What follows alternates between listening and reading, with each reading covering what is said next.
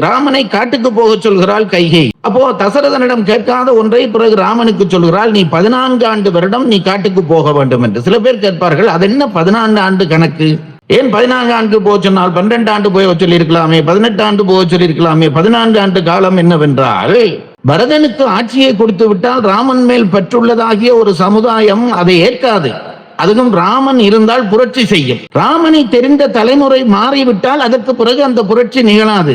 அந்த காலத்திலே ஒரு தலைமுறை காலம் நான் சொன்னேனே 14, பெண்ணுக்கு 12, ஆணுக்கு 16, அப்ப 28 கூட்டினால் 14, கூட்டி 2ஆல் பிரித்தால் 14 ஆண்டுகள் வரும். அந்த 14 ஆண்டு காலம் ராமன் இல்லாமல் போய்விட்டான் என்றால் பிறகு அவனை தெரிந்த தலைமுறை போய்விடும்.